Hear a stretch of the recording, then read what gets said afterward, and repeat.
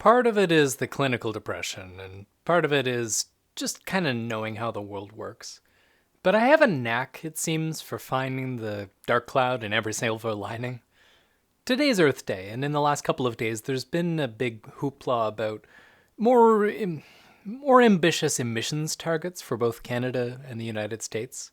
And this is unambiguously a good thing. We've decided to up our game, decided to promise more ambitious targets, so hopefully there will be more action in terms of curbing global warming, curbing the emission of carbon dioxide at the very least.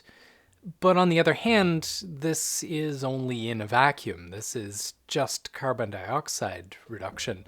This doesn't say much about the other problems with the environment that also need to be taken care of.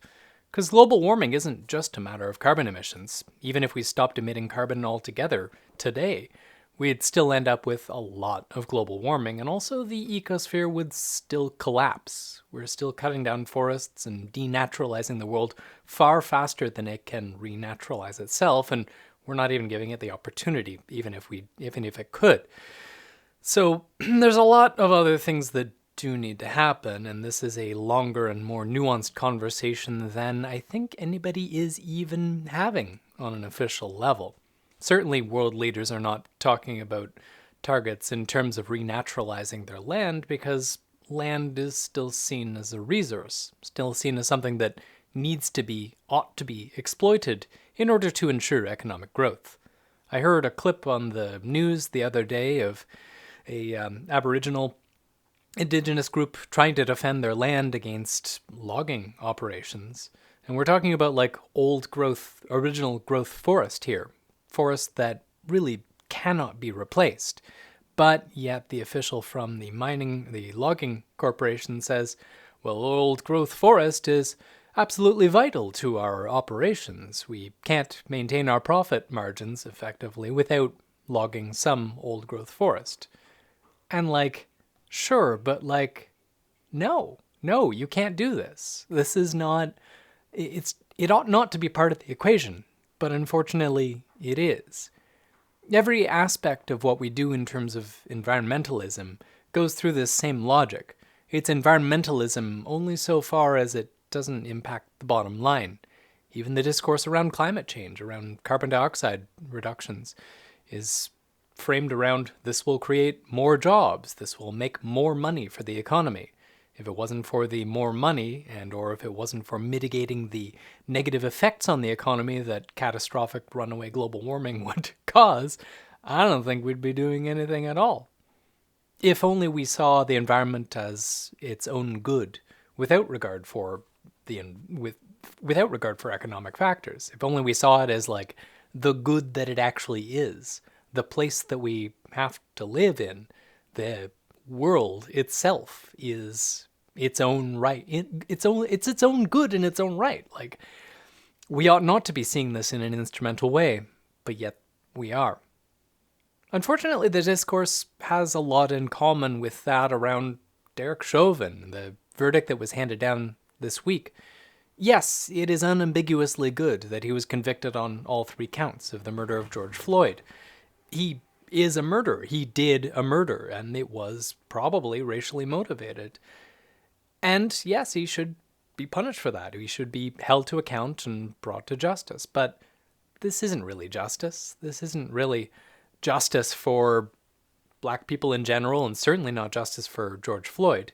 If it was justice, he'd still be alive. If it were justice, there wouldn't still be police killings on the regular. Another few of them happened this week. So we need to actually look at things in their true context. We need to look at the fact that this is a symbolic win. Both these emission targets, which are a win, but they're not a substantive win, and also this conviction, which is a win, but it doesn't actually solve the problem. In the one case, we see as we're solving one problem while ignoring the rest of them, and in the other case, it's basically a sacrificial villain.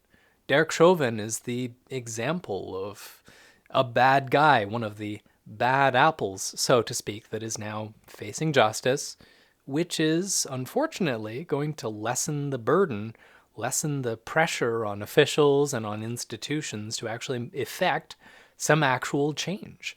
Same thing with the environment. With these new emissions targets, the anger, the outrage, the pressure, the dire desperation to do something about the environment will be lessened because, oh, well, we increased our emissions targets and, oh, we're making all sorts of green jobs and yada, yada, yada. This is why I see the dark cloud in all the silver linings, because it all comes down to little wins that look like big wins that take our eye off the big project, the big problem. And I hope we keep our eye on that. I hope that we continue to look at these things for the huge problems, systemic, intractable problems that they are, and that these little wins, although significant and although rather nice that they're occurring, don't solve the problem itself. There's no easy solutions to any of these things, and we need to keep working on a constant basis to actually get anywhere. Anyway, I make videos almost daily. Yesterday I didn't do one because I've been so fucking depressed recently. Hopefully I'll feel better soon. But anyway, if you enjoy this content, check out some of the other videos and, like, share, subscribe, all those algorithmic things. And thanks for watching. I'll see you tomorrow.